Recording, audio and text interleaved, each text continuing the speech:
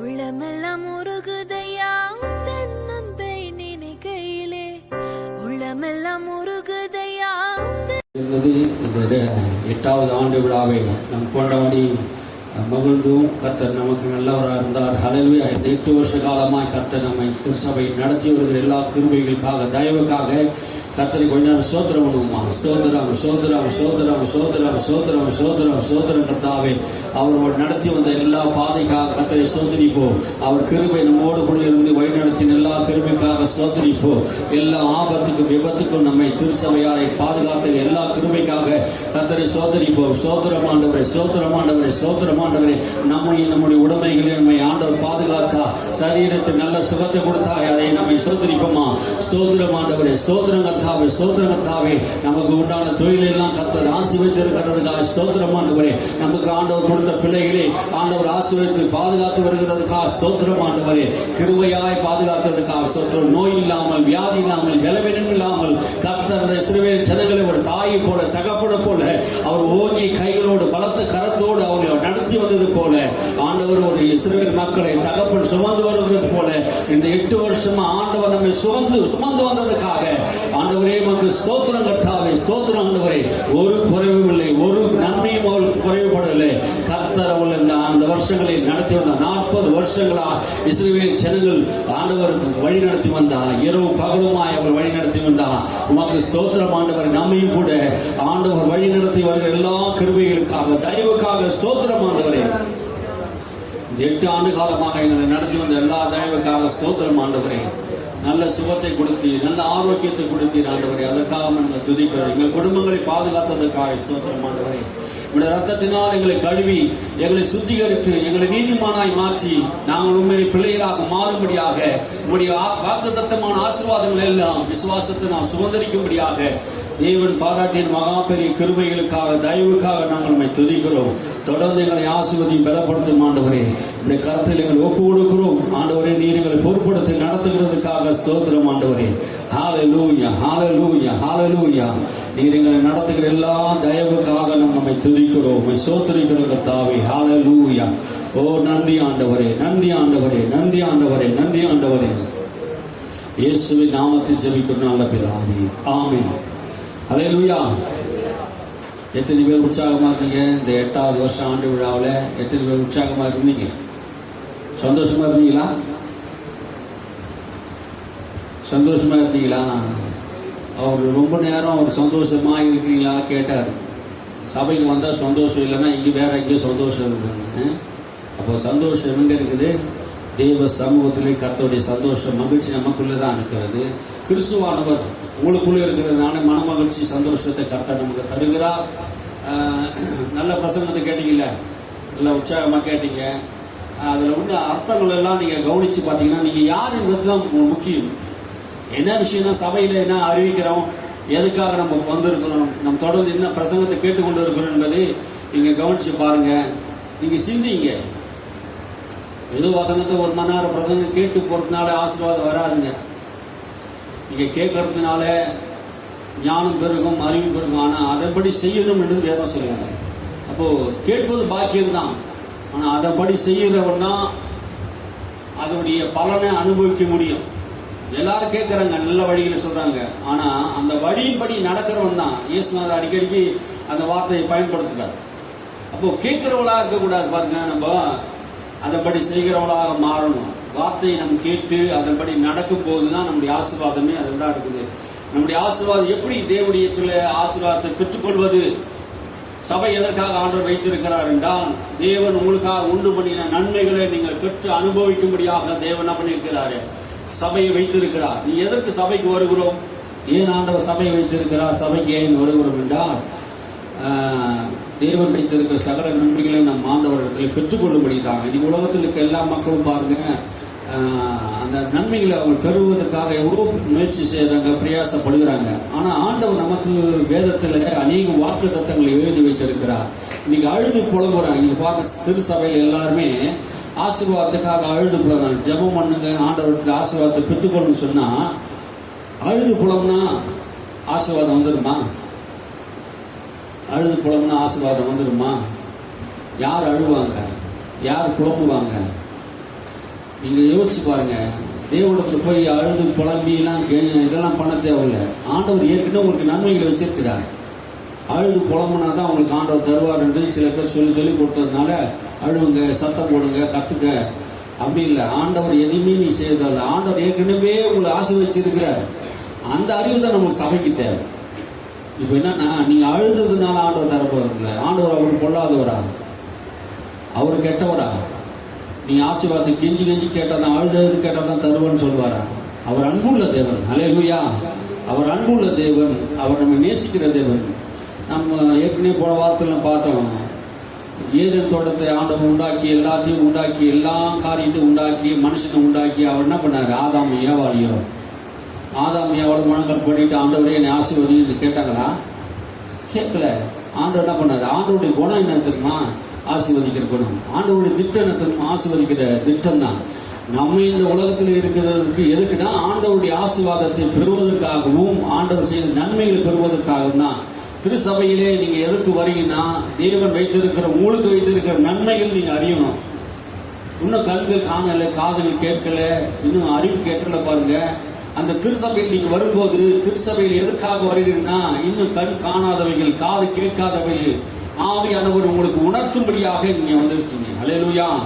கர்த்தராகிய இருக்க இயேசு கிறிஸ்து மூலமாக பிதாவாகிய தேவன் உண்டாக்கின சகலவிதமான ஆசீர்வாதமான திட்டங்களை, நன்மைகளை, நித்திய ஜீவனை, ரட்சிப்பு, மீட்பு, பரிசுத்த வாழ்க்கை, இதையெல்லாம் இந்த திருச்சபை பெற்றுக்கொள்வதற்காக தான் இந்த திருச்சபைக்கு நீங்க வரீங்க. ஒவ்வொருவரும் வர நோக்கம் என்ன தெரியுமா? ஆண்டவர் நம்ம சரியா அறிந்து கொள்ளணும். ஆண்டவர் நம்ம வைத்திருக்கிற திட்டங்களை நாம் அறிந்து கொள்ள வேண்டும். அழுது புலம்போதினாலே நம்ம ஆண்டவர் எல்லா பிரச்சனையும் தீர்கிறது கிடையாது. தேவனை சரியான முறையிலே அறிய வேண்டும். தேவனை சரியான முறையில் அறிய வேண்டும். என் ஜனங்கள் அறிவில்லாமனாலே என்ன வராங்க? சங்காரமாகறாங்க. அறிவில்லாமலே சங்காரம். நான் சொல்ற அறிவு என்ன சொல்லுங்க? நீங்க என் ஜனங்கள் அறிவில்லாம சங்காரமான கர்த்தர் என்ன சொல்றாரு? உலக அறிவு இல்லை. ஆண்டவர் உங்களுக்காக வைத்திருக்கிற சத்தியத்தை, வேத வார்த்தையின் மூலமா உண்டு பண்ணுகிற நன்மைகளை நீங்கள் அறியல. இஸ்ரவேல் ஜனங்கள் பார்க்க எவ்வளவு வாக்கு தத்தமான ஆசீர்வாதங்களை கர்த்தர் வைத்திருந்தும் கூட அந்த ஜனங்கள் இந்த வேதத்தை வாசிக்கல. பாருங்க, அதை நேசிக்கல. என் ஜனங்க அறிவில்லாம சங்காரமாகுது. அறிவில்லாம சங்காரம். என்ன அறிவு இல்லை? வேத அறிவு இல்லை. பாருங்க, வேதத்தை படிக்கிறதே கிடையாது. நீ அநேகர் ஏன் ஆசீர்வாதத்துக்குள்ள வரல அப்படின்னு கேட்டா, வேத அறிவு இல்லை. சத்தியத்தை அவங்க அறியல. சத்தியத்தை அறியாததுனால தான் அவங்க என்ன பண்ணாங்க? இன்னும் ஆசீர்வாதத்துக்குள்ள வரவே முடியல. அப்போ என் ஜனங்கள் அறிவில்லாமல் சங்காரமாகிறார் என்று கர்த்தரே சொல்றாரு.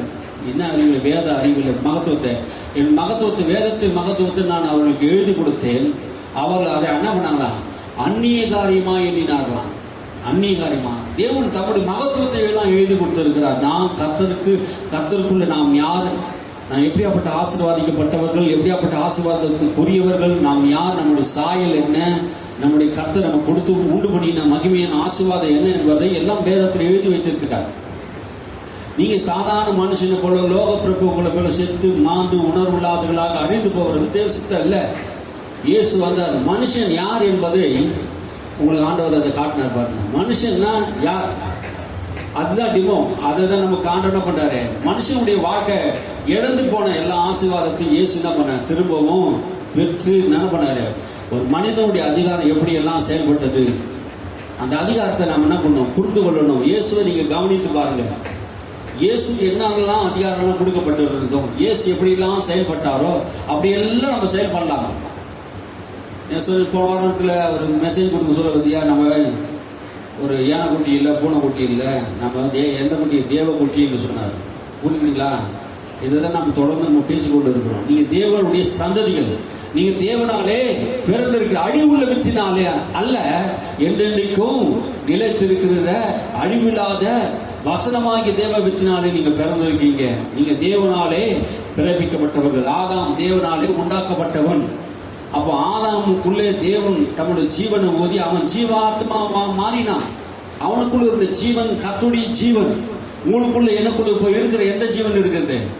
இயேசு கிறிஸ்துவுடைய ஜீவன் இருக்கிறது. அல்லேலூயா. இந்த ஜீவனை தான் நாம் பெற்றிருக்கிறோம். இப்ப உனக்குள்ள யார் இருக்கிறது? கிறிஸ்துவின் ஜீவன். ஆதாமுக்குள் ஊதப்பட்டது அந்த ஜீவன். என்ன ஜீவன்? கிறிஸ்துவின் ஜீவன். இந்த ஜீவன் உங்களுக்குள்ள இருக்கிறது. அல்லேலூயா.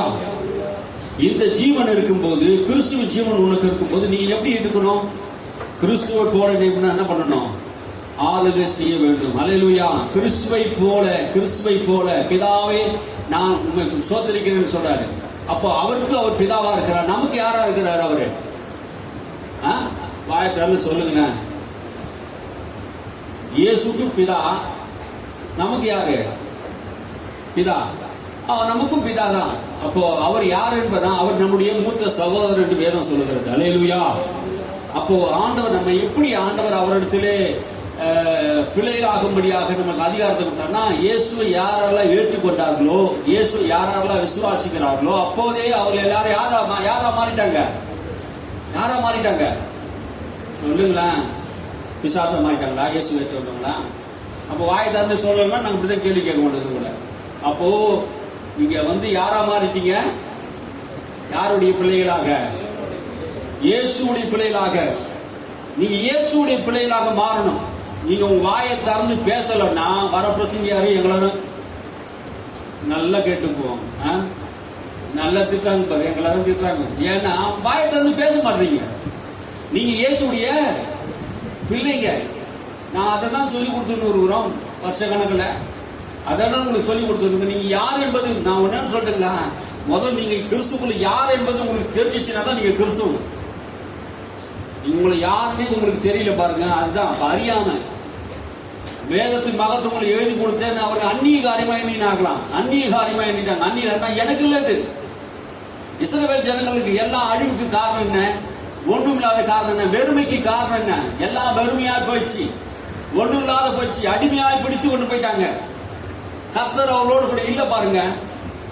ஏனென்றா அவர் சொன்ன உபதேசத்தை அவர் மறந்தாங்க.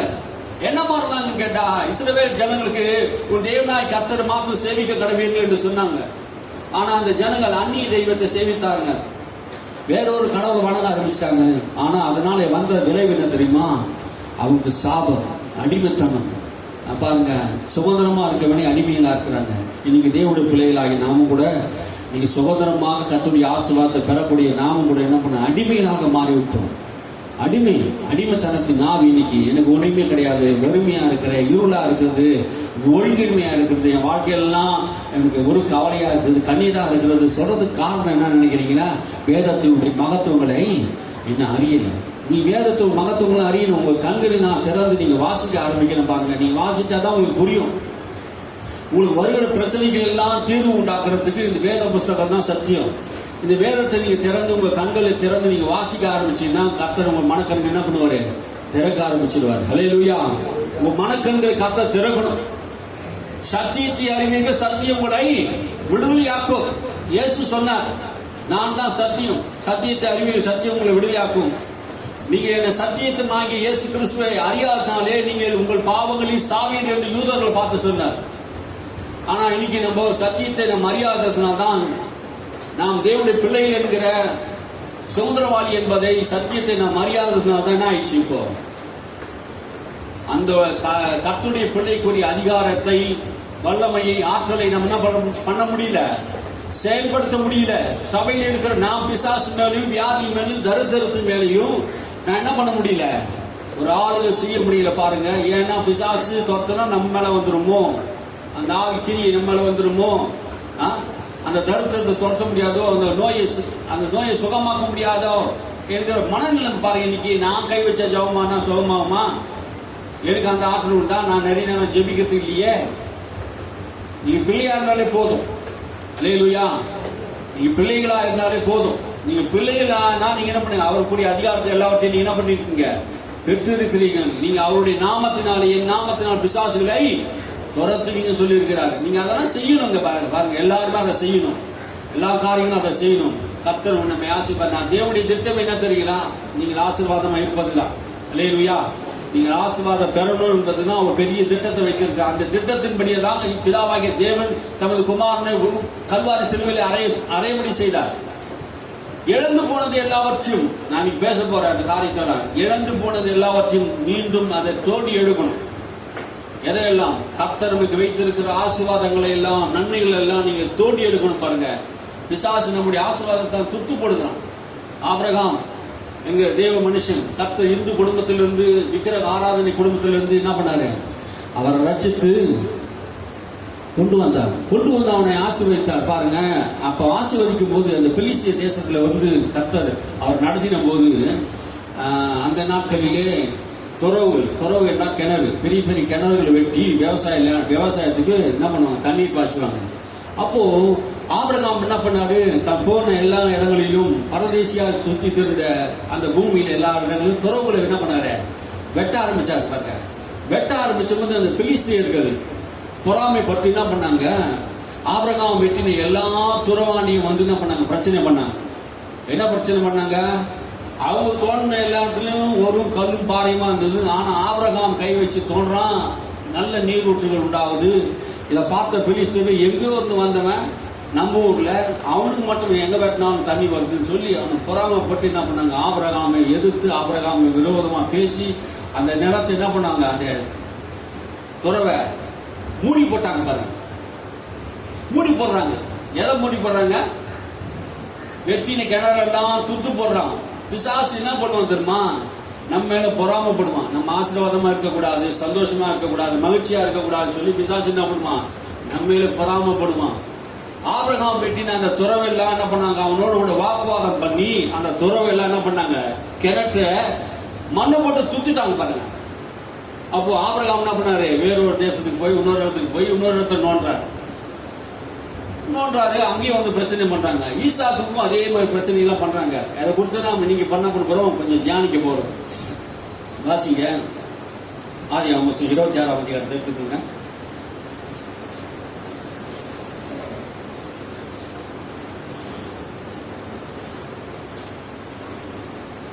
பதினஞ்சாம் வசனத்தை வாசிங்க. 26:15 26:15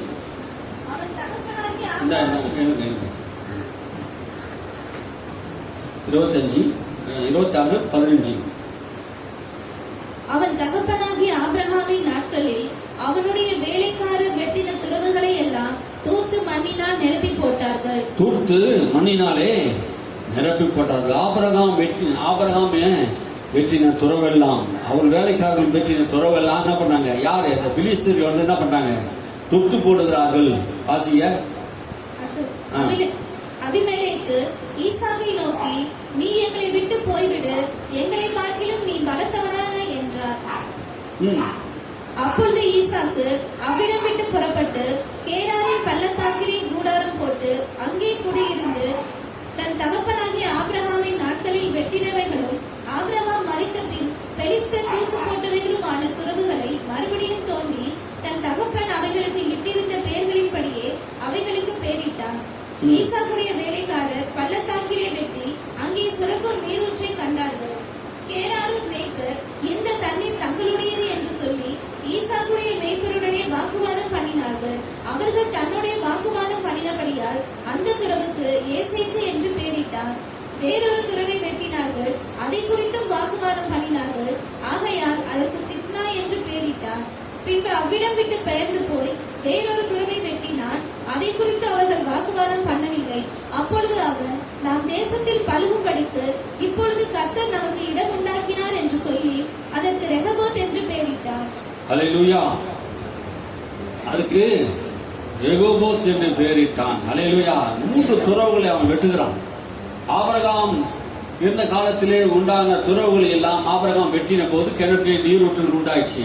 ஆனா ஆபிரகாம் மரித்த பின்பு மறுபடியும் என்ன பண்றான், ஈசாக்கு போய் அதே துறவுகளை வெட்டுறான்.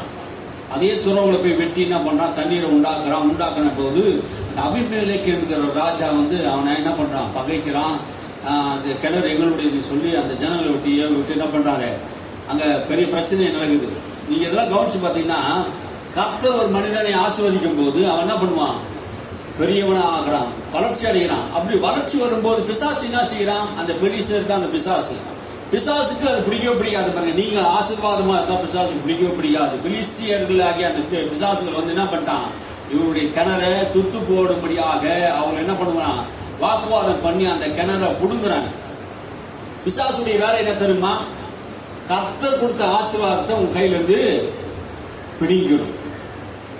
நீங்க கையில் பிரயாசப்பட்டு ஆசீர்வதிக்கப்பட்டு உங்களுக்கு நன்மை உண்டாகும் போது அந்த ஆசீர்வாதத்தை எப்படியாவது பிசாசு என்ன பண்ணலாம், திருட பார்ப்பான். அதை என்ன பண்ணான், துத்து போட பார்ப்பான். சில வேலையில வியாதியை கொடுத்து, சில வேலையில தரித்திரத்தை கொடுத்து, மன குழப்பங்களை கொடுத்து, சந்தேகங்களை கொடுத்து, பயத்தை கொடுத்து நம்ம என்ன பண்ணுவான், நம்முடைய இருதயத்தை தேவனை அறியக்கூடாதபடி, தேவனுடைய ஆசீர்வாதத்தை அறியக்கூடாதபடி நம்ம மனதை என்ன பண்ணான், குருடாக்கி போடுவான். அவனுடைய வேலை என்ன தெரியுமா, நம்ம கண்களை குருடாக்கணும், மனதை குருடாக்கணும்.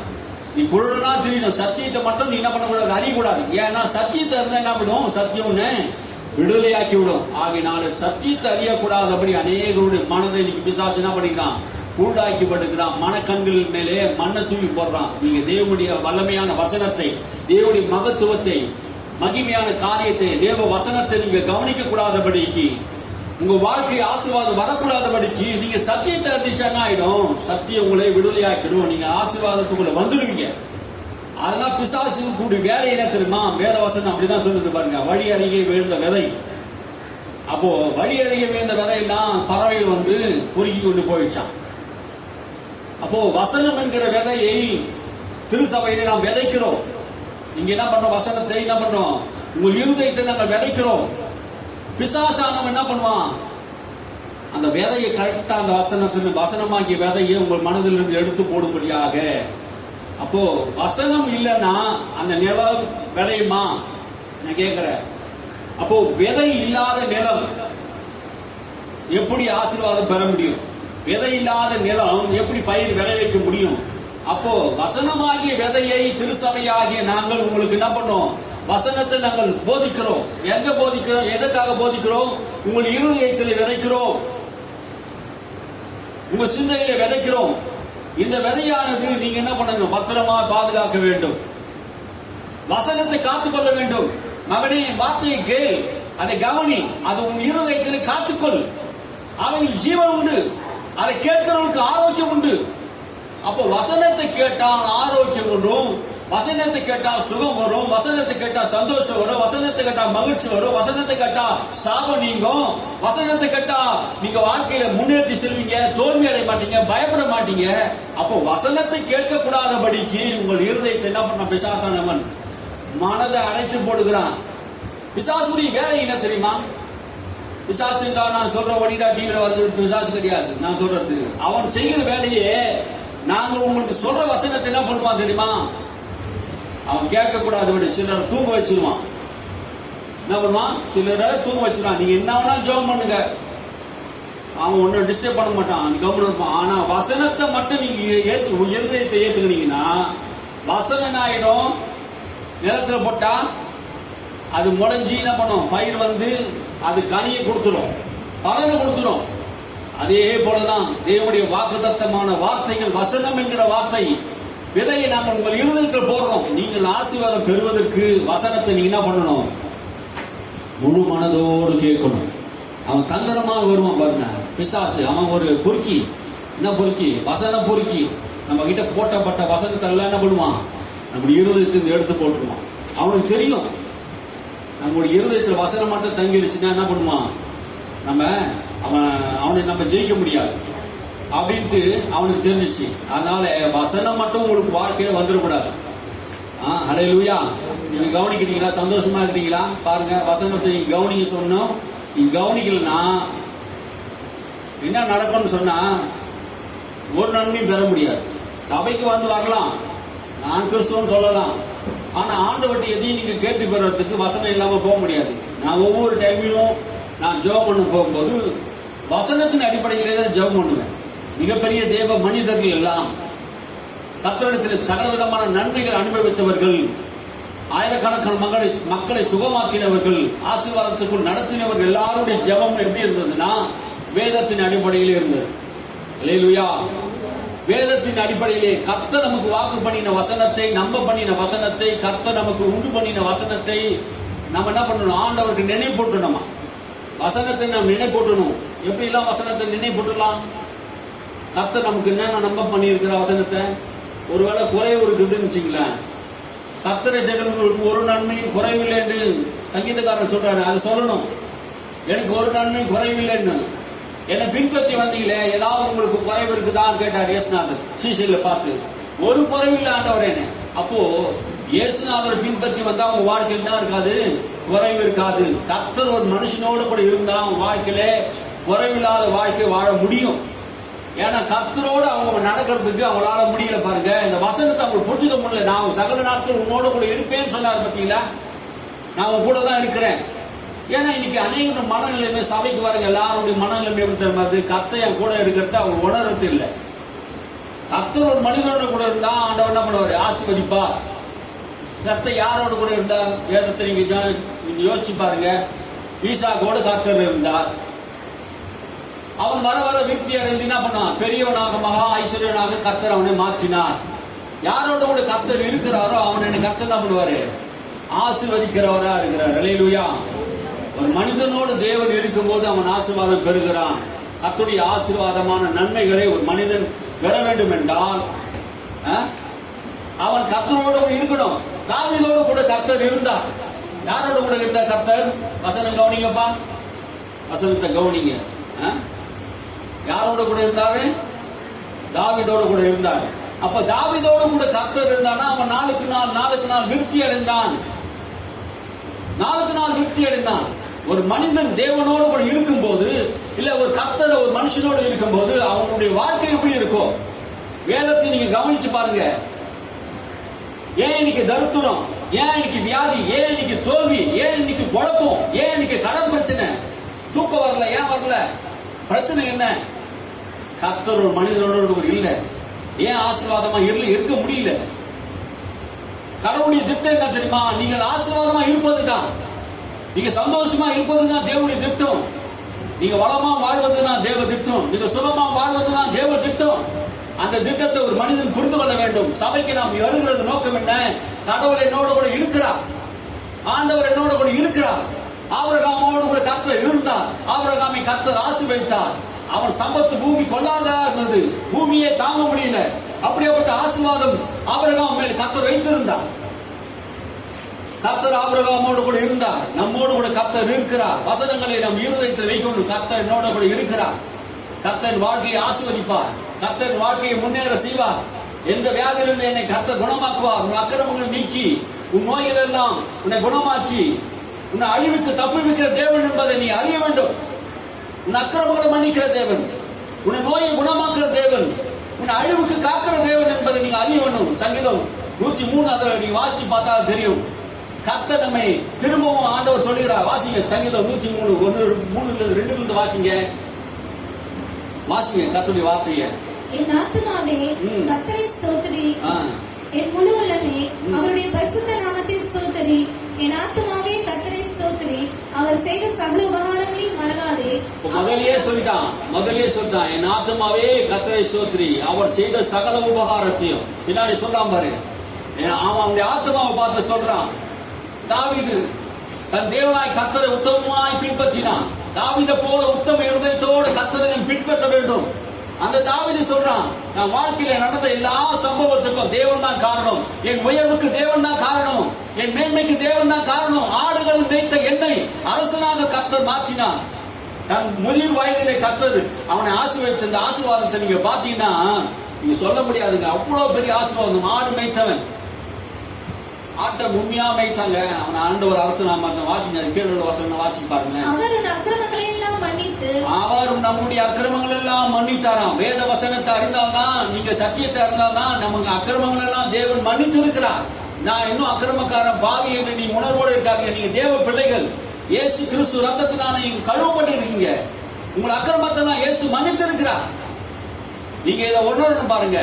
இன்னைக்கு அநேகருடைய பாவங்கள் கர்த்தர் மன்னித்து இருக்கிறது. திருசபைக்கு எதிர்ப்பு வருகிறோம். தேவன் நம்முடைய பாவங்களை மன்னித்து இருக்கிறார். நான் மீட்கப்பட்டவன், நான் மீட்படைந்தவன். இயேசு ரத்தத்தினால் மீட்கப்பட்டிருக்கிறேன். இயேசு எனக்காக ஜீவன் கொடுத்திருக்கிறார். இயேசு ரத்தத்தினாலே நான் மீட்கப்பட்டு அவருடைய பிள்ளையாக மாறி இருக்கிறேன் என்கிற சத்தியத்தை இன்னும் அறியல பாருங்க. அவர் அக்கிரமங்கள் எல்லாம் மன்னித்து இருக்கிறார். இன்னைக்கு யாருடைய அக்கிரமங்களை ஆண்டவர் மன்னிக்காத இருக்கிறாரா? யார் நான் சொல்ல முடியுமா? ஆண்டவர் என் அக்கிரமத்தை மன்னிக்கிறேன். அவர் மன்னிக்கிறவர், உங்களை ஆசீர்வதிக்கிறவர். உன் அக்கிரமங்களை எல்லாம் மன்னித்து, உன் நோய்களை எல்லாம் குணமாக்கி. எந்த காலத்தில் வாழ்ந்தவன்? இயேசு பிறக்கத்துக்கு முன்னாடியே, கிட்டத்தட்ட 1000 ஆண்டுகளுக்கு முன்பாகவே தாவீது தன்னுடைய தேவனை குறித்து சொல்றான், அவர் என் அக்கிரமங்களை மன்னித்து என் நோய்கள் எல்லாம் குணமாக்குற தேவன். அவர் நோய்களை குணமாக்குறவர். நம்முடைய ஆண்டவர் நம்மை நோய்களை குணமாக்குற தேவன். சபைக்கு நீங்க எதிர்த்து வருகிறீங்க, உங்களுக்கு உண்டான சகல நோய்களையும் சகல வியாதிகளையும் கர்த்தர் குணமாக்குறார். மத்திய மார்க்கு எழுதின சுவிசேஷத்துல நீங்க எழுந்து வாசித்து பார்த்தா தெரியும் இயேசுடைய குணம், இயேசுடைய திட்டம் என்றால் என்ன என்பதை நீங்க புரிந்துக்கணும். நீங்க சுகமா இருப்பது தேவனுடைய சித்தமா இருக்கிறது. அவர் நன்மை செய்கிறவராக பூமியை சுற்றி கொண்டே வந்தார். யாராருக்கு நன்மை செய்ய வேண்டும்? வியாதிப்பட்டவர்களுக்கு, பிசாசு வல்லமையில் அகப்பட்டவர்களுக்கு, நொறுங்குண்ட இருதயம் உள்ளவர்களுக்கு ஆண்டவர் குணமாக்கும்படியாக சுற்றி திருந்தார். நன்மை செய்கிறவராக சுற்றி திருந்தார். அவர் வியாதிகளை குணமாக்குறவர் என்று ஏசாயா தீர்க்கதரிசி எழுதியிருக்கிறாரே. அவர் குணமாக்குற தேவன், நம்முடைய நோய்களை குணமாக்குறவர், நம்ம வியாதிகளை குணமாக்குறவர். நம்ம சுகத்தோடு பலத்தோடு தேவன் வைக்கிறார். நம்முடைய ஆசீர்வாதம் சரீரமும் ஆசீர்வதிக்கப்பட வேண்டும் என்று தேவன் விரும்புகிறார். ஒரு பொருளாதார ஆசீர்வாதத்தை மாத்திரமல்ல, இயேசு நம்முடைய சுகத்தை விரும்புகிறார். பிரியமானவனே, உன் ஆத்மா வாழ்வது போல எல்லாவற்றையும் வாழ்ந்து சுகமா இருக்க தேவன் விரும்புகிறார். உன் ஆத்மா வாழ்வது போல நீ வியாதியா இருப்பது நீ விரும்புவியா? நீ தரித்திரமா இருப்பது நீ விரும்புவியா? இல்ல, தேவன் விரும்புறது அல்ல. நீ சுகமா இருக்க வேண்டும், நீ ஆரோக்கியமா இருக்க வேண்டும், நீ பலத்தோடு இருக்க வேண்டும் என்று தேவன் விரும்புகிறார்.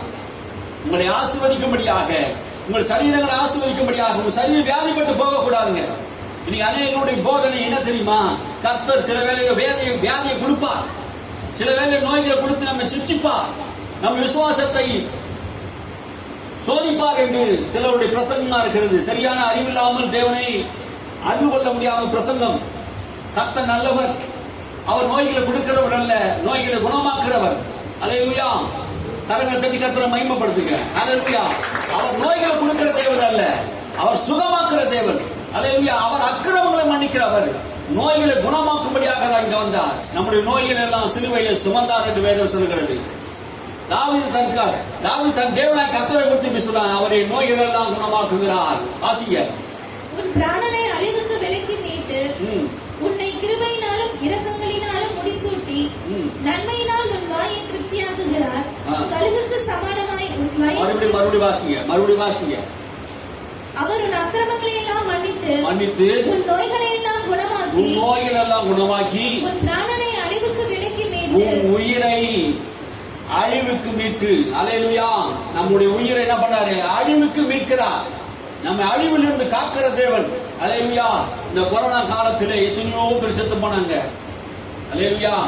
எத்தனையோ தேவன் மனுஷர்களா மரித்து போயிருந்தாங்க. எத்தனையோ பேர் தலைவர்களா மரித்து போயிட்டாங்க. கோடி கோடி பணம் வைத்தவர்களா மரித்து போயிட்டாங்க, செத்து போயிட்டாங்க பாருங்க. ஏன்னா கொரோனாவுக்கு அழிவுக்கு யாரும் காக்க முடியாது போயிடுச்சு. ஆண்டவர் உன்னை என்னையும் காத்து வைத்திருக்கிறார். அல்லேலூயா. அழிவுக்கு காக்கிற தேவன், உன்னை அழிவுக்கு காக்கிற தேவன். அல்லேலூயா. நீ அறியணும் பாருங்க, சத்தியத்தை அறியணும் பாருங்க. இந்த அறிவு நமக்கு வரும்போதுதான் உன் தேவன் யார் என்று தெரியும். அதுக்காக சபை இருக்குது. சபை எதுக்கு ஆண்டவர் உண்டு பண்ணி இருக்கிறார் என்பதை நீங்க அடிக்கடி நான் உங்களுக்கு சொல்லிக்கிட்டே இருக்கிறேன். சபையை நீங்க எதை கற்றுக்கொண்டு போறீங்க அப்படின்னா, தேவன் உங்கள் அழிவில் இருந்து உன்னை காக்கிறவர். அல்லேலூயா. யாருமே டாக்டரே முடியாதுங்க, டாக்டராலையும் காப்பாற்ற முடியாது. கடைசியில் சொல்வார், கடவுள் தான் இருக்கிற, கடவுள் தான் பார்த்துக்கொள்ளணும், நம்மை கடவுள் தான் காப்பாத்துக்கிறார். அல்லேலூயா. தாவீது தன் முழு இருதயத்தோடு அவன் விசுவாசித்த தேவனை பொறுத்து சொல்றான், அக்கிரமங்களை மன்னித்து நோய்களை விலக்கி அழிவில் இருந்து என்னை காக்கிறார். அழிவிலிருந்து காக்கிறது இல்ல, அதனால தான் சொல்றாரு, என் ஆத்மாவே கர்த்தர் செய்த சகல உபகாரத்தையும் மறவாதே. சங்கீதக்கார படிப்பறிவில்லாத ஆடு மேய்த்தவன் எழுத்துங்க. அதெல்லாம் சாதாரண ஒரு மனுஷன். ஆடு மேய்த்தவன், அபிஷேகம் பெற்றவன், கர்த்தரால் அபிஷேகம் பண்ணப்பட்ட மனுஷன். அவன் இருதயம் கர்த்தருக்கு பிரியமா இருந்தது பாருங்க. அவர் நல்ல மனுஷன், கர்த்தரை நேசிக்கிற மனுஷன், கர்த்தரை குறித்து சரியா அறிந்திருந்தான். பழைய ஏற்பாட்டு காலத்தில் வாழ்ந்திருந்த ஒரு மனுஷன் கர்த்தரோட கூட இருக்கிறார். கர்த்தருக்கு ஜெயம் கொடுக்கிற தேவன். இஸ்ரவேல் ஜனங்களே பயந்து கிடந்தது பாருங்க. இஸ்ரவேல் ஜனங்களே பயந்து கிடந்தது. ஆனா இந்த தாவீது மட்டும் பயப்படல. இஸ்ரவேல் தேவனை நிந்திக்கிறது ஏமாத்திரம் பெலிஸ்தீனை. கர்த்தரை நிந்திக்கிறது யார்? கர்த்தருடைய ஜனங்கள், ஆசீர்வதிக்கப்பட்ட ஜனங்களை நிந்திக்கிறது யாரு? அவங்களை பயமுறுத்தி இருந்தான் அந்த கோலியாத்து. தாவீது, தேவன் அவனோடு கூட இருந்தார். அல்லேலூயா. தாவீதோடு கூட தேவன் இருந்தார். எவ்வளவு பெரிய கோலியாத்தை கூட அவன் வீழ்த்தினான். அல்லேலூயா. கிட்டத்தட்ட அவன் 11 அடி உயரம் உள்ள ஆளு, 6 அடி கிட்டத்தட்ட தடியா இருந்த ஆளு. அவன் கை யுத்தத்துக்கு பழகினது. அப்படியாப்பட்ட பராக்கிரமசாலி, எவ்வளவு பெரிய பராக்கிரமசாலியா இருந்தாலும் சரி, உம்மாலே ஒரு சேனைக்குள் பாய்வேன், உம்மாலே ஒரு மதிலுக்குள் புகுவேன், உம்மாலே நான் என்ன பண்ணுவேன், ஜெயம் பெறுவேன் என்று சொன்னான். தாவீது போல உங்களுக்கு என்ன வரணும்? தாவீது போல உங்க சிந்தை வரணும். கர்த்தர் என்னோட கூட இருக்கிறார். எல்லா உலகமே பயப்படலாங்க, இஸ்ரவேல் ஜனங்களே பயப்படலாம். 40 நாள் வந்து பயப்படுத்துவான் பிசாசு கோலியாத்து. இஸ்ரவேல் ஜனங்களே ராஜாவை நிந்தித்தான், இஸ்ரவேலை நிந்தித்தான். உங்களுக்கு ஒருத்தர் ஆம்பளை இல்லையா, ஒண்டி வாங்க எங்களை ஜெயிங்க பார்க்கலாம் அப்படின்னு கேவலமா பேசினா. உங்க இஸ்ரவேல் தேவன் எங்க? அவன் தாவீதுக்கு கேள்விப்பட்ட, அபிஷேகம் பண்ணப்பட்டவன் கேள்விப்பட்ட போது, என் தேவனையா நீ நிந்திக்கிற, இன்றைக்கு உன் தலையை நான் வாங்குவேன், இன்னைக்கு கர்த்தர் உன்னை என் கையில ஒப்பு கொடுத்தா, உன்னை நான் கொன்று ஆகாயத்து பறவைகளுக்கு நான் உன்னை இரையாக்குவேன். அல்லேலூயா. அவன் பேசுறான். தாவீது கர்த்தரை குறித்து தெளிவா தெரிஞ்சிருந்தவன். அல்லேலூயா. நீங்க உங்க வாயை திறந்து பேசணும், நன்மையானவங்களை பேசணும், சத்தியத்தை பேசணும், உண்மையை பேசணும். அப்படி நீங்க பேசும்போது உங்க வாழ்க்கையில் வெற்றி கிடைக்கும். அல்லேலூயா. சத்தியத்தை அறிய வேண்டும். உன் தேவன் யார்? அழிவுக்கு உன்னை காக்கிறார். உன் தேவன் யார்? எவ்வளவு பெரிய பிரச்சனைகளையும் அவர் உங்கள் மூலமா அதை முறியடிக்க முடியும். பெரிய தாவீது கோலியாத்தை சிறிய தாவீது மூலமாக பெரிய காரியங்களை செய்தார். அல்லேலூயா. நீங்க பயந்து வாழ வேண்டிய அவசியம் இல்லைங்க. எதிரிகளை குறித்து பயப்பட வேண்டிய, உங்களுக்கு வருகிற பிரச்சனை கோலியாத்தை போல இருந்தாலும் நீங்க பயப்பட வேண்டிய அவசியம் கிடையாது. கர்த்தர் உன்னோடு கூட இருக்கிறார். தாவீதோடு கூட இருந்த தேவன், நாளுக்கு நாள் வெற்றி அடைந்து செய்த தேவன், எல்லா பிரச்சனையும் கர்த்தர் அவனை பாதுகாத்தார். ஒரு இமை பொழுதுல அவர் கைவிட்டேன் என்று சொல்லப்படுகிற ஒரு இடத்துல பாருங்க, சவுல் ஒரு இடத்துல கொண்டு சாகடிச்சிருப்பான். கர்த்தர் அந்த நேரத்திலும் கூட அவன் சவுளுடைய கைக்கு கர்த்தர் தப்பி வைக்கிறார். அல்லேலூயா. ஒரு அடி தொலைவுதான் இருக்குது, குடிச்சிருக்கான் தாவீது, கொண்டு போட்டிருப்பான் சவுல். ஆனா கர்த்தர் அழிவுக்கு காக்கிறார். அதனால உணர்ந்து சொல்றான், கர்த்தர் என்னை அழிவுக்கு காக்கிறார். சவுல் என்னை கொல்ல வந்து கூட கர்த்தருடைய கரத்துல அவனை கர்த்தர் தன் கரத்தில் வைத்திருக்கிறபடினாலே உன் பிராணனை கர்த்தர் என்ன பண்ணாரு? அழிவுக்கு காக்கிறார். உன் பிராணனை அழிவுக்கு காக்கிறார். இங்க சொல்லணும், கர்த்தர் என் பிராணனை அழிவுக்கு காக்கிறார். ஒரு வியாதி வரும்போது, பயம் பலன் வரும்போது பயந்து நீங்க சாக வேண்டிய அவசியம் கிடையாது. கர்த்தர் என்னை அழிவுக்கு காக்கிறார். எப்படி நீங்க சொல்லணும்? அல்லேலூயா. வசனமே இல்லை, நான் இப்படி பேசலாம் இல்ல, என்னை ஆண்டவர் காக்கிறான்னு சொல்ல முடியல. ஆபத்துக்கு காக்கிறார், பொல்லாப்புக்கு காக்கிறார், வியாதியிலிருந்து காக்கிறார், அழிவுக்கு காக்கிறான்னு சொல்லலாமே. கர்த்தர் நல்லவர் என்று நீங்க சொல்றீங்களே, அதை தந்து நீங்க வாய் தந்து பேசுங்க. கீழே உள்ள வசனத்தை வாசிமா. உன்னை கிருபையினாலும் இரக்கங்களினாலும் முடிசூட்டி, கிருபையினாலும் இரக்கங்களினாலும் கர்த்தர் என்ன பண்ணாரா? முடிசூட்டுகிறார். கிருபை உனக்கு அழிவுக்கு காக்கிற கிருபை. நோவா காலத்தில் ஆண்டவர் கிருபை கொடுத்து உலக மக்களை அழிஞ்சாங்க பாருங்க, உலக மக்களை அழிஞ்சாங்க. ஆனா நோவாவுக்கு கர்த்தருடைய கண்களில் கிருபை கிடைத்தது. மனுஷனுடைய அக்கிரமம் பூமியில் பெருகி கிடந்தது. ஆனா கர்த்தர் சொல்கிறார், நான் பூமியில ஒருவனை இராதபடிக்கு நான் நிர்மூலமாக்கப்பட அழித்து போடுவேன் என்று சொன்ன போது, ஆனா நோவாவுக்கு மட்டும் கிருபை கிடைச்சது. அந்த கிருபை அந்த அழிவிலிருந்து அவனை காத்தது. அல்லேலூயா. அந்த கிருபை நமக்கு வேணுங்க. அல்லேலூயா. அந்த கிருபை நமக்கு கிறிஸ்து மூலமா கொடுக்கப்பட்டிருக்கிறது. அல்லேலூயா. சத்தியமா கிருபையா நமக்குள்ளே வாசம் பண்ணுகிறார். அந்த கிருபை நம்ம இயேசு கிறிஸ்துவை நம்ம என்ன பண்ணுகிறோம்? ஏற்றுக்கொண்டு இருக்கிறோம். கீழே வசந்த வாசிங்க. நன்மையினால் உன் வாயை திருப்தியாக்குகிறார், கழுகுக்கு சமானமாய். நன்மையினால் உன் வாயை திருப்தியாக்குறார். எதை திருப்தியாக்குறார்? நன்மையினாலே. இன்னைக்கு அநேகருடைய வாயை எப்படி இருக்குது? நன்மையினால கிடையாது, வேற ஒரு நன்மை பேசுறாங்க பாருங்க. நன்மையினால வாயை என்ன பண்ணாரா? திருப்தியாக்குறார். இன்னைக்கு வாயில நமக்கு நன்மை வருதா? கர்த்தர் என்னை பாதுகாக்கிறான், என்னை சுகமா வைத்திருக்கிறான். நீ சுகமான்னு கேட்டா நான் சுகமா இருக்கிறேன் அப்படின்னு நீங்க சொல்ல முடியுதா? நல்லா இருக்கிறேன் கேட்டா நல்லா இருக்கிறேன்னு சொல்ல முடியுதா? நன்மையினால் கர்த்தர் நிறைத்திருக்கிறாரா? வசனத்தை பேசுங்க. நன்மையினால் நிறைத்திருக்கிறார். கர்த்தர் என்னை ஆசீர்வதித்திருக்கிறார். கர்த்தர் என்னை பலப்படுத்தி இருக்கிறார். அவர் கிருபையினால நல்லா இருக்கிறார். தழும்புலால சுகமா இருக்கிறேன். கர்த்தர் என் மேய்ப்பரா இருக்கிறார். நான் செய்கிற தொழிலெல்லாம் கர்த்தர் ஆசீர்வதித்திருக்கிறார். நன்மையினால் உன் வாயை நிரப்புறீங்களா?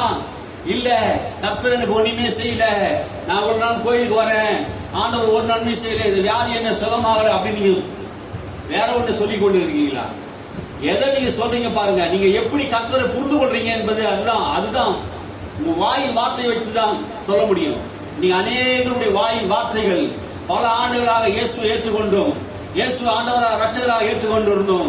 அவர் அநேக ஆண்டவரே நீங்க எனக்கு என்ன செய்தீங்க, இத்தனை வருஷமா நான் உங்க சபைக்கு வந்திருந்தேன், இத்தனை வருஷமா ஊழியத்தை செய்திருந்தேன், இன்னைக்கும் எனக்கு வாழ்க்கையில் ஒண்ணுமே இல்லையே, நன்மையினால அல்ல, அவிசுவாசத்தினால் நிரப்பி இருக்கிறாங்க பாருங்க. நன்மையினால் வாயை நிரப்பணும், நன்மையினால வாயை நிரப்பணும். அவிசுவாசத்தை நிரப்ப கர்த்தர் என்ன செய்தார்? நீ தேவனை பொறுத்து வைத்திருக்கிற உன் கற்பனை என்ன? தேவன் வைத்திருக்க மனநிலை என்ன? கர்த்தர் நல்லவர் என்பதை நீ ருசித்தது உண்டோ? நீ இன்னும் ருசிக்கலையா? கர்த்தர் நல்லவர், அவர் நன்மை செய்கிறார், அவனை நோயில குணமாக்குறார். வசனம் இருக்குதா உங்க வாழ்க்கையில? இருதயத்துல வசனம் இருக்குதா? சிந்தையிலும் இருதயத்துல வசனத்தை விதைத்தால் உங்களுக்கு வராது வேதனை, போராட்டங்கள் வராதுங்க, பிரச்சனை வராது. தேவனுடைய வார்த்தை, ஜீவ வார்த்தையை உன் மனதிலும் இருதயத்திலும் அது வாயிலும் நீ பேசும்போது பேச பேச பேச பேச நீங்க சொன்ன ஆரம்பத்தில் உங்களுக்கு புரியாது சில விஷயங்களை, நீங்க பேசிக்கிட்டே இருங்க. கர்த்தருடைய வார்த்தை பேசுங்க. கர்த்தர் நன்மையினால நிரப்புவார். என்னை பலத்தினால் நிரப்பி இருக்கிறார், எனக்கு ஜீவனை கொடுத்திருக்கிறார், நான் சாகாமல் பிழைத்திருந்து கர்த்தருடைய செய்தியை விவரிப்பேன். சொல்றீங்களா? வசனத்தை சொல்றீங்களா? உங்க இருதயத்துல வசனம் இருக்குதா? உங்க சிந்தையில வசனம் இருக்குதா? ஈசாக்கு விதை விதைத்தான், 100 பலன் அடைந்தான். உங்கள் இருதயமாகிய நிலத்தில் நீங்கள் வசனத்தை விதையுங்க. ஈசாக்கு அறுத்தது போல பலன் அடைந்தது போல நீங்கள் உங்கள் வாழ்க்கையை ஐஸ்வர்யத்தையும் செல்வத்தையும் மகிழ்ச்சியும் சந்தோஷத்தையும் அறுவடை செய்யும்படியாக வசனத்தை விதையுங்கள். சுகம் என்கிற வார்த்தையில வசனத்தை விதைங்க. உங்க இருதயத்துல சுகத்தை அறிப்பீர்கள். ஆசீர்வாத நன்மைகளை நீங்க விதைங்க. கர்த்தர் நன்மையான காரியங்களை உங்களுக்கு செய்வார். அல்லேலூயா, அல்லேலூயா. கர்த்தர் சொல்றாரு ஆபிரகாமுக்கு, ஆபிரகாம் நிமித்தம் நான் உன்னை ஆசீர்வதித்தேன். ஈசாக்கு கர்த்தர் சொல்றாரு, என் ஊழியக்காரனாகிய ஆபிரகாம் நிமித்தம் நான் உன்னை என்ன பண்றேன்? ஆசீர்வதிக்கிறேன். நீ கேராரை விட்டு போகாதே. கர்த்தருடைய சொல்மணி கேட்டான். ஆபிரகாமின் பிள்ளைகள் ஆசீர்வதிக்கப்பட்ட பிள்ளைகள். ஆபிரகாமுடைய பிள்ளைகளே தேவன் ஆசீர்வதிப்பாராம். கிறிஸ்து இயேசுவை ஆண்டவராக இரட்சகராக ஏற்றுக்கொண்டு அவரை அப்பா பிதாவை கூப்பிட பிள்ளைகளாகிய நமக்கு உன்னதத்தில் சகல விதமான ஆசீர்வாதத்தினால் நன்மையினாலும் நம்மை நினைத்திருக்கிறார். ஹல்லேலூயா, ஹல்லேலூயா. ஆபிரகாம் உண்டான எல்லா துறவையும் ஈசாக்கு தோண்டி எடுத்தான். மறுபடியும் என்ன பண்ணா? தோண்டி எடுத்தான். பிசாசு உங்களுடைய ஆசீர்வாதத்தை என்ன பண்ணுமா? பார்க்க கூடாதபடி, அதை என்ன பண்ண, வசனத்தை கவனிக்க கூடாதபடிக்கு உங்க மனக்கண்களை என்ன பண்ண, மண்ணள்ளி போட்டுருவான். வாழ்க்கையில மண்ணள்ளி போடுறது என்ன அர்த்தம் தெரியுமா? சபைக்கு வர நீங்க எல்லாம் உங்க வாழ்க்கையில பிசாசு மண்ணள்ளி போடுறான். என்ன மண்ணள்ளி போடுறான்? நீங்க வசனத்தை பார்க்க கூடாதபடிக்கு, நீங்க ஆசீர்வாதத்தை பெற்றுக்கொள்ளாதபடிக்கு, வசனத்தை கவனிக்க கூடாதபடிக்கு, உங்க வசனத்துல நாட்டம் செலுத்தாதபடிக்கு உங்க கண்ணில் மண்ணள்ளி போட்டுருவான். அது உங்களுக்கு அல்ல. யாருக்கு அல்ல? ஆபிரகாமுடைய ஆசீர்வாதம் எல்லாம் உங்களுக்கு அல்ல. நீங்க நிறைய பேர் பிரசங்கம் பண்றாங்க, ஆபிரகாமுடைய ஆசீர்வாதம் எல்லாம் உங்களுக்கு அல்ல. ஆபிரகாமுடைய ஆசீர்வாதம் ஆபிரகாமுக்கும் அவன் சந்ததிக்கும் மாத்திரமே. அவன் ரோமர் புத்தகத்தை வாசிச்சாங்களா இல்லையான்னு தெரியல, 5ஆம் அதிகாரம் 4ஆம் அதிகாரத்துல கடைசி வசனத்தை வாசிச்சாங்களா? அவனுக்காக மாத்திரமல்ல, நமக்காகவும் எழுதப்பட்டு இருக்கிறதா. ஆபிரகாமுக்கு உண்டான ஆசீர்வாதம் யார் கொடுத்தது? அது நம்ம தகப்பன். அல்லேலூயா. நம்முடைய தகப்பன் தான் ஆபிரகாமை ஆசீர்வதித்தார். ஆபிரகாமை ஆசீர்வதித்த தேவன் கலாத்தியரில் எழுதும் போது, ரோமர் கலாத்தியர் 13:14 வசனங்கள் வாசிங்க. 3:14. ஆபிரகாமுக்கு உண்டான எல்லா ஆசீர்வாதம் புறஜாதிகளுக்கு வந்து சேரும்படி ஆவி குறித்து பேசியிருக்கிறாரே. அப்போ ஆபிரகாமுக்கு உண்டான எல்லா ஆசீர்வாதம் யாருக்கு சொந்தமானது? கிறிஸ்து மூலமா நமக்கு சொந்தமானது. அல்லேலூயா. சபை ஆசீர்வதிக்கப்பட வேண்டும், சபை ஆசீர்வாதமா இருக்க வேண்டும் என்று தேவன் விரும்புகிறார். தேவனுடைய திட்டத்தில் நீங்கள் ஆசீர்வதிக்கப்பட்டவர்கள். தூரத்தினான அறுவடை பெற்றான் ஈசாக்கு. பஞ்சகாலத்திலே அவன் விதைத்தான். ஆண்டவர் அவனை கையின் பிரயாசத்தை ஆசீர்வதித்தார். வறட்சியான பூமியில் நிறைந்தவர் இருந்த போது கூட நீங்க நினைக்கலாம், சூழ்நிலையை பார்க்கலாம். நீங்க சூழ்நிலை பார்த்தா உங்க வாழ்க்கை நீங்க நடக்காது. பஞ்சகாலமா இருக்கிறது, ஒரு வேலை செய்தா எந்த வேலை செய்தாலும் முன்னேற்ற முடியல நீங்க சொல்லலாம்.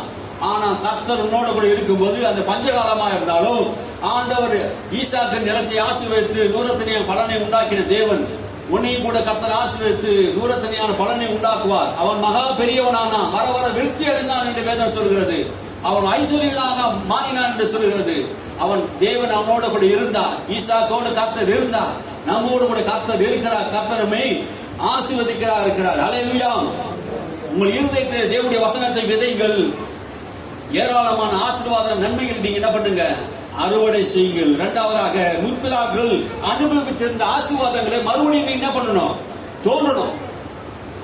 மூடப்பட்டிருந்த அந்த துறவுலாம் மூடப்பட்டிருந்து கர்த்தர் கொடுத்த அந்த ஆசீர்வாதத்தை எல்லாம் பிசாசானவன் துத்து போட்டு வச்சிருந்தான். அந்த துறவில் நீ மறுபடியும் என்ன பண்ணணும்? போய் தோண்டணும். தோண்டி தன் ஆபிரகாமுக்கு கொடுத்த அந்த ஆசீர்வாதத்தை மறுபடியும் என்ன பண்ண? ஈசாக்கு தோண்டி தன் தகப்பனிட்டு அதே பேரை அவன் எடுக்கிறான். அல்லேலூயா. உங்க வாழ்க்கையில் இருக்கிற ஆசீர்வாதத்தை எல்லாம் பிசாசு மூடி போட்டு வச்சிருக்கான். நீங்க வசனத்தை தோண்டணும், வசனத்தை எடுக்கணும். கர்த்தர் உங்களுக்கு உண்டு பண்ணின நன்மைகளை தேடி தேடி வாசிக்கணும். அல்லேலூயா. கரங்களை தட்டுங்க. அல்லேலூயா. வசனத்தை என்ன பண்ணணும்? தேடணும். வசனத்தை என்ன பண்ணணும்? தேடணும். அதை தோண்டணும். ஆண்டவர் உங்களுக்கு உண்டு பண்ணின நன்மைகளை என்ன பண்ணணும்? தேடி கண்டுபிடிச்சு அந்த ஆசீர்வாதத்துல மறுபடியும் பெற்றுக்கொள்ள வேண்டும். ஈசாக்கு நிமித்தம் கர்த்தர் ஆபிரகாம் நிமித்தம் ஈசாக்கு கர்த்தர் ஆசீர்வதித்தார். கிறிஸ்துவின் நிமித்தம் நம்மை கர்த்தர் பண்ணிக்கிறாரு, ஆசீர்வதித்து இருக்கிறார். அல்லேலூயா. மூடப்பட்டிருந்த எல்லா ஆசீர்வாதமும் கர்த்தர் நமக்கு ஆசீர்வாதத்தை கொடுக்கிறார். நம் முற்பிதாவாகிய ஆதாம் ஏவாளும் ஏதேன் தோட்டத்தில் கர்த்தர் நன்மையான காரியங்களை ஆசீர்வாதத்தை கொடுத்திருந்தார். ஏதேன் தோட்டத்தில் பெரிய ஆசீர்வாதத்தோடு வாழ்ந்தார்கள். ஆனால் அங்கு சர்ப்பமானது அவருடைய ஆசீர்வாதத்தை மூடி போட்டது. கவனிச்சு பாருங்க. கர்த்தர் உண்டு பண்ணின தோட்டம் ஏதேன் தோட்டம், பசுமையான தோட்டம், விருட்சங்கள் உள்ள தோட்டம், நல்ல அருமையான தோட்டம், தேவனோடு ஒரு நல்ல உறவான தோட்டம், தேவனை சந்திக்கிற ஒரு தோட்டம், 4 நதிகள் ஓடுகிற தோட்டம், பொன் விளைகிற பூமி, இப்படியாப்பட்ட நல்ல தேசத்தை, நல்ல அந்த தோட்டத்தை தேவன் அவருக்கு கொடுத்திருந்தார். கர்த்தருடைய தோட்டத்தில் அவர் வாழ்ந்தார்கள். அந்த ஆசீர்வாதத்தை பெறக்கூடாதபடிக்கு, தேவனுடைய வார்த்தைக்கு கீழ்ப்படியக்கூடாதபடி பிசாசானவன் அவர் மனதை கூடாக்கி தேவனுடைய வார்த்தையை நம்பக்கூடாது என்று சொல்லி அவள் என்ன பண்ணான்? அவங்களுக்கு கர்த்தருடைய ஆசீர்வாதத்திலிருந்து துரத்தி விட்டான். பிசாசு வந்து ஏதோ உங்களை செய்யலாம், நீங்களே உங்களை செய்ய வச்சிருமா. நீங்க கர்த்தருடைய வார்த்தைக்கு கீழ்ப்படியாக பண்ணிவிடும். சர்ப்பமானது என்ன பண்ணுச்சு? ஏவாளை வஞ்சித்தது. அதனால ஆதாமும் வஞ்சிக்கப்பட்டான். அப்ப 2 பேரும் என்ன ஆயிட்டாங்க? தேவனுக்கு முன்பாக பாவம் செய்தவர்களாக காணப்பட்டாங்க, கீழ்ப்படியாதவர்கள் காணப்பட்டாங்க. இப்ப என்ன ஆயிடுச்சு? அவனுடைய ஆசீர்வாதம் பிசாசு சர்ப்பமானது துத்து போட்டு விட்டது. பிந்தின ஆகமாகி இயேசு கிறிஸ்து மீண்டும் வந்து இழந்து போனதை எல்லாவற்றையும் என்ன பண்ணாரு? திரும்ப தோண்டி என்ன பண்ணிக்கிறார்? கல்வாரி சிலுவையில ரத்தத்தை சிந்தி ஜீவனை கொடுத்து பாவங்களை சிலுவையை சுமந்து சாபத்தை சிலுவையை சுமந்து மீண்டும் புறஜாதியில் வந்து சேரும்படியாக ஆபிரகாமுக்கு உண்டான ஆசீர்வாதமும் கிறிஸ்து இயேசுக்கு உண்டான ஆசீர்வாதமும் சகல ஆசீர்வாதம் உங்களுக்கு வரும்படியாக தேவன் என்ன பண்ணியிருக்கிறாரு? தோண்டி கொடுத்திருக்கிறார். அல்லேலூயா. மூடப்பட்டு இருக்கிறது எல்லாம் தோண்டப்படணும். ஆமென். அல்லேலூயா. சத்தியம் உண்மை, சத்தியம் மாறாது. உண்மை மாறும், சத்தியம் மாறாது. உண்மைக்கு சத்தியத்துக்கு நிறைய வித்தியாசம் இருக்கு. ஒரு விஷயத்தை சொல்லி நான் முடிக்க போறேன்.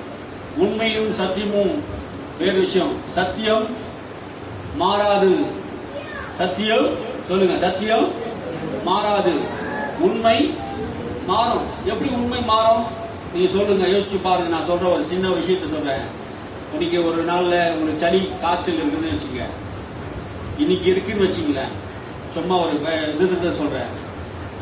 காய்ச்சல் இருக்குது, சளி இருக்குது, கால் வலி இருக்குது, மூட்டு வலி இருக்குதுன்னு வச்சுக்க. இது இப்போ இருக்குது உண்மை. இது உண்மை. இது நாளைக்கு இருக்குமா? நாளைக்கு இருக்குமா? நாளைக்கு அது இருக்காது. உண்மையை இன்னைக்கு இருக்கும், நாளைக்கு இருக்காத போயிடும். ஆனா சத்தியம் மாறவே மாறாது. அல்லேலூயா. நீங்க சத்தியத்தை நம்புறீங்களா? உண்மையை நம்புறீங்களா? நீங்க உணர்றதை நம்புறீங்களா? இன்னைக்கு உங்க சரீரத்தை உணர்றதை நம்புறீங்களா? உங்க பிரச்சனையே பாக்குறீங்களா? அது உண்மைதான், இல்லைன்னு நான் சொல்லல.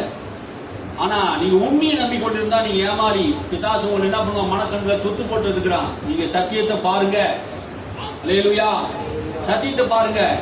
ஒருவேளை உங்க சரீரத்தை வியாதி வச்சிருக்கலாம், விளைவினை வைத்திருக்கலாம். ஆனா வேத வசனம் சொல்லுது, அவர் தழும்புகளாலே குணமானீர்கள், அவர் உங்களை குணமாக்கி இருக்கிறார் என்று வேதம் சொல்லுது. ஆகினாலே ஆண்டவர் உங்களுக்கு வைத்திருக்கிற சத்தியத்தை நீங்க என்ன பண்ணணும்? அறிய வேண்டும். சத்தியத்தை அறிவீர்கள், சத்தியம் உங்களை விடுதலையாக்கும். எது உங்களை விடுதலையாக்க போறது? சத்தியம். அல்லேலூயா. எது சத்தியம்? வேத வார்த்தை. இந்த வார்த்தை தான் உங்களுக்கு சத்தியம். சத்தியத்தையும் அறிவீர்கள், சத்தியம் உங்களை விடுதலையாக்கும். வசனம் வாழ்க்கையில் இருக்கும்போது வாழ்க்கையில வசனம் இருக்காது. வசனம் உங்க வாழ்க்கையில் இருக்கும்போது பிசாசு உங்களை கண்டு பயப்படுவான். பிசாசானவன் உங்களுடைய இருதயத்தில் வசனத்தை எடுத்து போடுகிறான். உங்க வசனத்தை என்ன பண்ண? உங்க இருதயத்தில இருந்து எடுத்து போடுகிறான். நீங்க வசனத்தை மறந்துடணும். தேவன் கொடுத்த வாக்குத்தத்தத்தை மறந்துடணும். அந்த நிலைக்கு தான் என்ன பண்றான் பிசாசு கிரியை செய்து கொண்டு இருக்கிறான். நீங்க கவனமாக வசனத்தை இரவும் பகலும் நீங்க வாசிங்க. கர்த்தர் உங்களுக்கு செய்த நன்மைகள் எல்லாம் நீங்க புரிந்து கொள்ளுங்க. நீங்க தொடர்ந்து அந்த வசனங்களை கவனித்து நீங்க வாசித்து வரும்போது கர்த்தர் நம்மை ஆசீர்வதிப்பார். நேரம் ஆயிடுச்சு, நம்ம சீக்கிரத்தை முடிச்சிருவோம். அல்லேலூயா, ஸ்தோத்திரம் ஆண்டவரே. எல்லாரும் எழுந்திருப்போம். அல்லேலூயா, நன்றி ஆண்டவரே. உண்மை நாங்கள் துதிக்கிறோம், உண்மை சோத்திரிக்கிறோம் கர்த்தாவே. ஆசீர்வாதத்தை பெறுவது எப்படி என்பதை தேவனுடைய திட்டம் நம்மை ஆசீர்வதிக்கிறது தான். ஆபிரகாமை ஆசீர்வதித்த தேவன், ஈசாக்கை ஆசீர்வதித்த தேவன், யாக்கோபை ஆசீர்வதித்த தேவன் நம்மையும் கூட கர்த்தர் நம்மை ஆசீர்வதித்து பெருக பண்ணுகிறவராக இருக்கிறார். நல்ல சுகமும் நல்ல பலனும் நல்ல ஆரோக்கியத்தையும் கர்த்தர் நமக்கு இந்த நாட்களில் தந்திருக்கிறார். ஹல்லேலூயா, ஹல்லேலூயா, ஹல்லேலூயா, ஸ்தோத்திரம் கர்த்தாவே. எல்லா இந்த வார்த்தைக்காக கர்த்தர் ஸ்தோத்திரம் ஆண்டவரே, ஸ்தோத்திரம் ஆண்டவரே, ஸ்தோத்திரம் ஆண்டவரே, ஸ்தோத்திரம் கர்த்தாவே. கர்த்தர் நம்மை அழிவுக்கு காக்கிறார். ஹல்லேலூயா, ஸ்தோத்திரம் கர்த்தாவே. நன்றி ஆண்டவரே, நன்றி ஆண்டவரே. நம் வாய் நன்மையினாலே நிரப்புகிறார். ஸ்தோத்திரம், ஸ்தோத்திரம், ஸ்தோத்திரம். தாவீது சொல்கிறார், என் ஆத்துமாவே கர்த்தரை ஸ்தோத்திரி, என் முழு உள்ளமே பரிசுத்த நாமத்தை ஸ்தோத்திரி. கர்த்தர் செய்த சகல உபகாரத்தில் மறவாதே. தன் ஆத்துமாவை பார்த்து சொல்கிறான். அல்லேலூயா. நீ ஆண்டவருடைய தேவன் செய்த நன்மைகளை உன் ஆத்துமாவை பார்த்து சொல்றீங்களா? ஆண்டவரே, நீ என் ஆத்துமாவுக்கு என் குடும்பத்துக்கு செய்த நன்மைக்காக ஸ்தோத்திரம் ஆண்டவரே. கர்த்தர் செய்த நன்மைக்காக ஸ்தோத்திரம் ஆண்டவரே. கர்த்தர் மேய்ப்பரா இருக்கிறார், நான் தாழ்ச்சி அடையேன். அவர் என்ன புல்லுள்ள இடங்களில் மேய்க்கிறார், அமர்ந்த தண்ணீராண்ட நடத்துகிறார். மரண இருள் பள்ளத்தாக்கை நடந்தால் நான் பொல்லாப்புக்கு பயப்படேன் என்று சொல்றீங்களா? உன் கர்த்தர் பெரியவர், கோலியாத்தை காட்டிலும் பெரியவர், உன் பிரச்சனையை காட்டிலும் பெரியவர். உனக்கு உண்டான எல்லா பிரச்சனையை காட்டிலும் தேவன் பெரியவரா இருக்கிறார். உனக்கு ஜெயம் கொடுக்கும்படியாக நமக்கு ஜெயம் கொடுக்கிற தேவன் நம்மோட கூட இருக்கிறார். வெற்றி சிறக்கப்படுகிற தேவன் நம்மோடு கூட இருக்கிறார். நம்மை ஆசீர்வதிக்கிற தேவன். ஈசாக்கை ஆசீர்வதித்தவர் வர வர விருத்தி அடைந்தான். தாவீது விருத்தி அடைந்தான். அல்லேலூயா. அதே போல கர்த்தர் நம்மை விருத்தி அடை செய்யும்படியாக சபை மூலமாக கர்த்தர் இந்த சத்தியத்தின் மூலமாக நம்முடைய இருதயத்திலே வசனத்தை விதைப்போம், சத்தியத்தை வளர்ப்போம். கர்த்தர் உண்டு பண்ணின சகல விதமான ஆசீர்வாதம், ஆபிரகாமுக்கு உண்டான ஆசீர்வாதமும் கிறிஸ்துவின் மூலமா உண்டான ஆசீர்வாதமும் இயேசுவின் நாமத்தினாலே நமக்கு ஒவ்வொருக்கும் உண்டாவதாக. சுகம் உண்டாவதாக, ஆரோக்கியம் உண்டாவதாக, பலன் உண்டாவதாக, ஞானம் உண்டாவதாக, கையின் பிரயாசம் ஆசீர்வதிக்கப்படுவதாக. ஹல்லேலூயா. உங்கள் கர்த்தர் அப்படியே ஆசீர்வதிப்பாராக. நமது முகங்களை உங்களுக்கு பிரகாசம் பண்ணுவாராக. கர்த்தர் உங்கள் தீமைக்கு விலக்கி காப்பாராக, அழிவுக்கு விலக்கி காப்பாராக. இயேசுவின் நாமத்தினாலே உங்களுக்கு வெற்றியும் ஜெயமும் உண்டாவதாக என்று இயேசுவின் நாமத்தில் ஆசீர்வதிக்கும் நல்ல பிதாவே, ஆமென். எல்லாரும் சேர்ந்து சொல்லுவோம். என் ஆத்துமாவே கர்த்தரை ஸ்தோத்திரி, என் முழு உள்ளமே பரிசுத்த நாமத்தை ஸ்தோத்திரி. என் ஆத்துமாவே கர்த்தரை ஸ்தோத்திரி, கர்த்தர் செய்த சகல உபகாரத்தை மறவாதே. ஆமென், ஆமென், ஆமென். நம்முடைய கர்த்தராகிய இயேசு கிறிஸ்துவின் கிருபையும் பிதாவாகிய தேவனுடைய அன்பும் பரிசுத்த ஆவியானவருடைய ஐக்கியமும் சமாதானமும் இந்த உலகத்திற்கு சகல பரிசுத்தவான்கள் மாறாமல் இருப்பதாக. ஆமென்.